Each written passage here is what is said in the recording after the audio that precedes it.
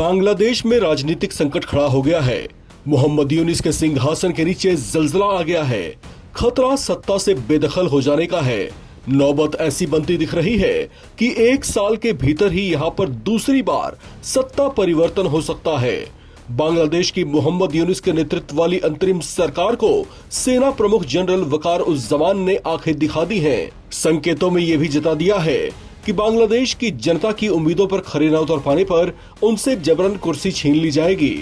और तो और मोहम्मद यूनुस जनता के अलावा कभी अपने ही सलाहकार रहे छात्रों की पार्टी नेशनल सिटीजन पार्टी के निशाने पर आ गए हैं। ऐसे तनाव और दबाव की तिलमिलाहट में मोहम्मद यूनुस का एक बयान भी वायरल हुआ है, जिसमें वे कहते नजर आए कि वे खुद को बंधा हुआ महसूस कर रहे हैं और ऐसा ही चलता रहा तो वे अपने पद से इस्तीफा दे देंगे। उनके इस बयान से लोग अटकलें लगा रहे हैं कि वे बेहद डिप्रेशन में हैं।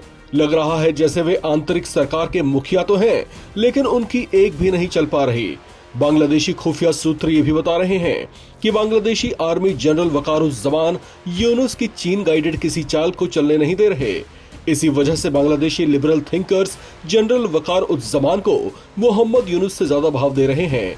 एक प्रोजेक्टेड नेता के तौर पर मोहम्मद यूनुस आवाम के सामने तो फेल हुए ही हैं, साथ ही अपने बॉस चीन की नजरों से भी उतर गए हैं। अब इसका इंटरनेशनल प्रभाव समझिए। दरअसल बांग्लादेश में सत्ता परिवर्तन के बाद से ही ऐसा लग रहा है जैसे बांग्लादेश बिना रीढ़ का हो गया है। लेमैन टर्म्स में कहें तो बांग्लादेश में वो गट्स और वो स्वाभिमान नहीं रहा जो किसी सॉवरन नेशन या संप्रभु गणराज्य में दिखना चाहिए। मोहम्मद यूनुस के शासन संभालने के बाद ऐसा लग रहा है जैसे वो कभी महाशक्ति चीन का संरक्षण पाने की कोशिश कर रहे हैं तो वहां दाल न गलने पर अमेरिका का संरक्षण पाने की कोशिश कर रहे हैं। उन्हें रिझाने के लिए वे अपने अधिकार क्षेत्र वाले द्वीपों का भी सौदा करने की कोशिश करते दिखे। इस तरह की बिकी हुई हरकत करने का नतीजा ये हुआ कि उनकी टेक्सटाइल इंडस्ट्री, जो इकोनॉमी का सबसे बड़ा बेस है, वो बर्बाद होने की कगार पर है। फॉरेन एक्सचेंज खत्म होने को है। करेंसी की वैल्यू लगातार डाउन होती जा रही है। महंगाई लगातार बढ़ती जा रही है, जिससे बेहाल आम जनता ने मोहम्मद यूनुस को निशाने पर लेना शुरू कर दिया है। बांग्लादेश की आवाम को ये एहसास भी होने लगा है कि शेख हसीना से सत्ता छीना जाना कितना घातक साबित हो रहा है।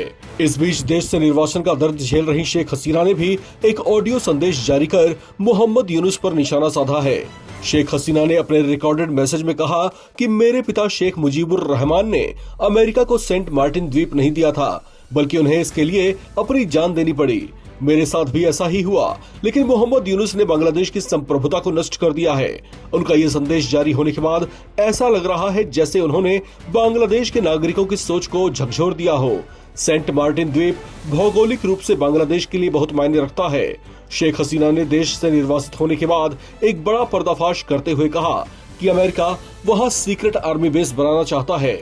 उनका दावा है कि पूर्व प्रधानमंत्री और बीएनपी नेता खालिदा जिया ने चुनाव में अमेरिकी मदद के बदले उनसे ये द्वीप देने की रजामंदी जताई थी। हसीना ने यह दावा भी किया कि मोहम्मद यूनुस भी सेंट मार्टिन द्वीप अमेरिका को सौंपने की कोशिश कर रहे हैं। हालांकि देश में उनके खिलाफ पनपते गुस्से और लगातार भड़कते विद्रोह को देखते हुए बांग्लादेशी सेना भी कंट्री कंसेंसस के साथ दिखाई दे रही है। ऐसा लग रहा है जैसे सेना जनता के साथ खड़ी हो और यूनुस को ये इशारा कर रही हो कि वे सम्मानजनक तौर से खुद इस्तीफा दे दें या फिर तख्ता पलट के लिए तैयार रहें। हालांकि यूनुस अपनी नाराजगी भारत पर उतारते दिख रहे हैं। उनका कहना है कि इस अस्थिरता के पीछे भारत का हाथ है। ऐसा कहकर शायद वे बांग्लादेशी आवाम को बहकाने और बरगलाने की कोशिश कर रहे हैं ताकि जनता से सहानुभूति हासिल कर सके, लेकिन उनकी दाल फिलहाल गलती नहीं दिख रही। इस खबर में फिलहाल इतना ही।